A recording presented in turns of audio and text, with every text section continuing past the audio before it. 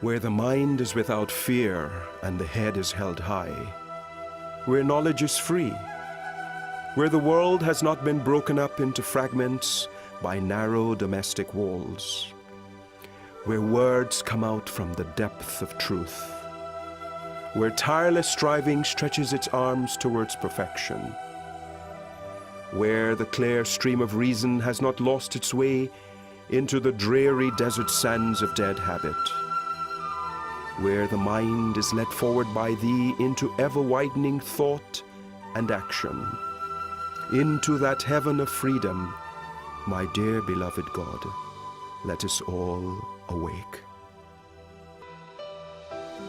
Such is the yearning of the human spirit. From the dawn of civilization, world teachers, philosophers, and leaders have sought the key to unlock the core values of lasting peace and happiness, and to achieve the fulfillment of the human quest for genuine and lasting respect and freedom.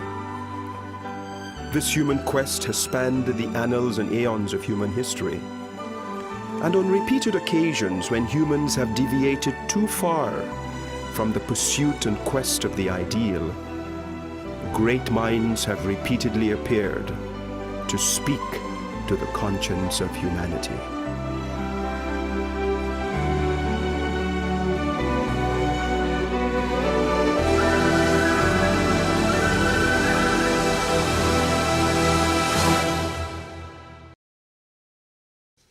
In the mid-18th century, the American colonists recognized that Britain did not understand or appreciate many special peculiarities of their existence.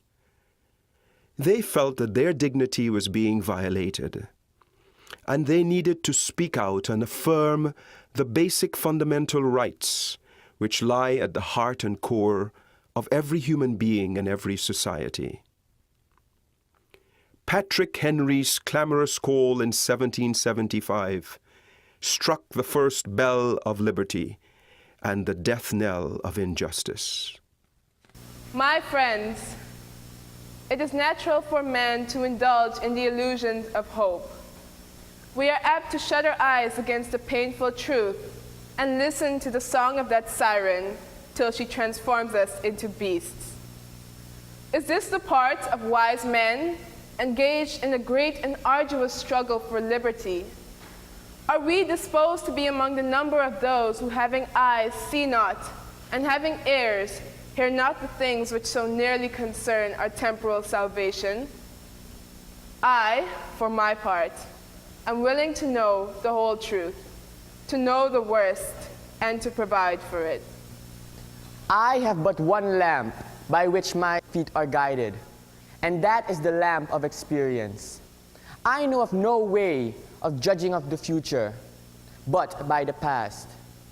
And judging by the past, I wish to know what there has been in the last 10 years to justify those hopes with which gentlemen have been so pleased to solace themselves and the House. Is it that insidious smile with which our petition has been lately received? Trust it not, sir, it will prove a snare to your feet. Suffer not yourselves to be betrayed by a kiss. Ask yourselves how this gracious reception of our petition comports with these warlike preparations that cover our waters and darken our land. Are fleets and armies necessary to a work of love and reconciliation? Have we shown ourselves so unwilling to be reconciled that force must be called in to win back our love? Let us not deceive ourselves. These are the implements of war and subjugation, the last arguments to which kings resort. If we wish to be free, if we mean to preserve and violate those inestimable privileges for which we have been so long contending, if we mean not basely to abandon the noble struggle in which we have been so long engaged, and which we have pledged ourselves never to abandon until the glorious object of our conquest shall be obtained, we must fight. I repeat it, we must fight. Gentlemen may cry, peace, peace, but there is no peace. The war has just begun. The next gale that sweeps from the north will bring to our ears the clash of resounding arms. Our brethren are already in the field. Why stand we here so idle? What is it that gentlemen wish? What would they have? Is life so dear? Is peace so sweet as to be purchased at the price of chains and slavery? Forbid it, Almighty God. I know not what course others may take. But as for me, give me liberty or give me death. Those defiant words helped rouse the indignation of early white settlers and stirred energies and forces that led to the creation of the first modern democratic state, the United States of America. The hallmark of this unique state was the creation of a set of ideals known as the Bill of Rights, which formed the basis of this democratic state. It is not that these ideals were new to the world, but their statement in such a context would make America unique and special. 90 years after the bold adumbration and adoption of these ideals and principles, the fledgling nation-state faced a stern test.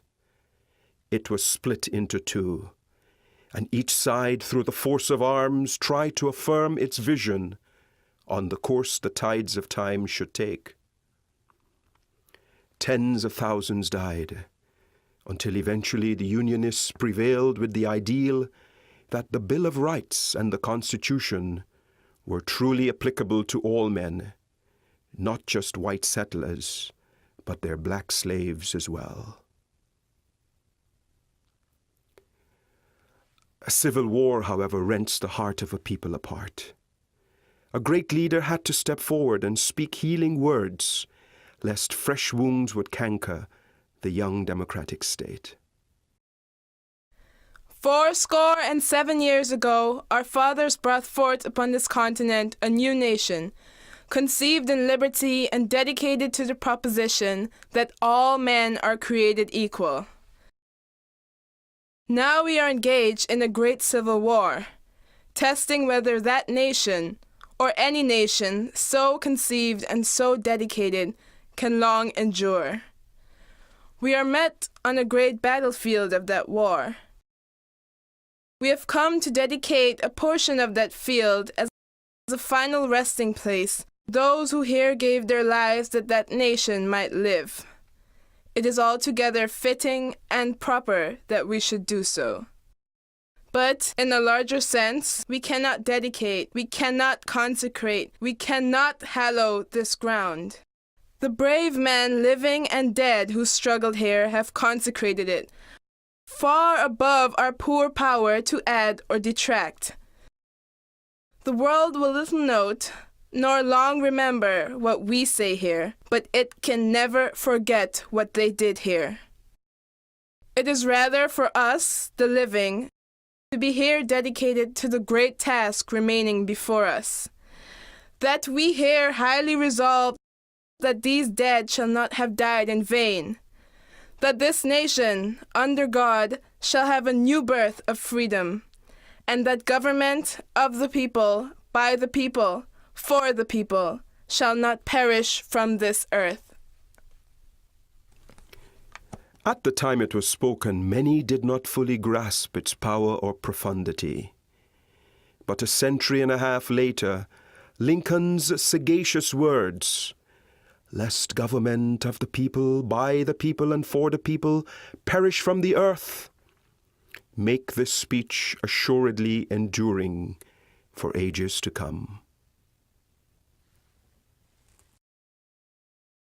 Although America had safely escaped the clutches of Britain, the latter remained a power, and the destinies of these two nations would be inseparable, given the historical links of a common language, common beliefs, and ancestry. There came a moment, however, when Great Britain faced a harrowing threat to its very existence. If the tides of time did not change, that state would have been vanquished, and the world we take for granted today would have ceased. It is in these horrific times during the Second World War that British leader Sir Winston Churchill rallied his people with these decisive words. I have, myself, full confidence that if all do their duty, if nothing is neglected, and if the best arrangements are made as they are being made, we shall prove ourselves once again able to defend our island home, to ride out the storms of war, and to outlive the menace of tyranny. If necessary, for years, if necessary, alone. That is the resolve of His Majesty's government, every man of them. That is the will of the Parliament and the nation. The British Empire and the French Republic, linked together in their cause and in their need, will defend to the death their native soil, aiding each other like good comrades to the utmost of their strength. Even though large tracts of Europe and many old and famous states have fallen or may fall into the grip of the Gestapo and all the odious apparatus of Nazi rule, we shall not flag or fail. We shall go on to the end. We shall fight in France. We shall fight on the seas and oceans. We shall fight with growing confidence and growing strength in the air. We shall defend our island whatever the cost may be. We shall fight on the beaches. We shall fight on the landing grounds. We shall fight in the fields and in the streets. We shall fight in the hills. We shall never surrender.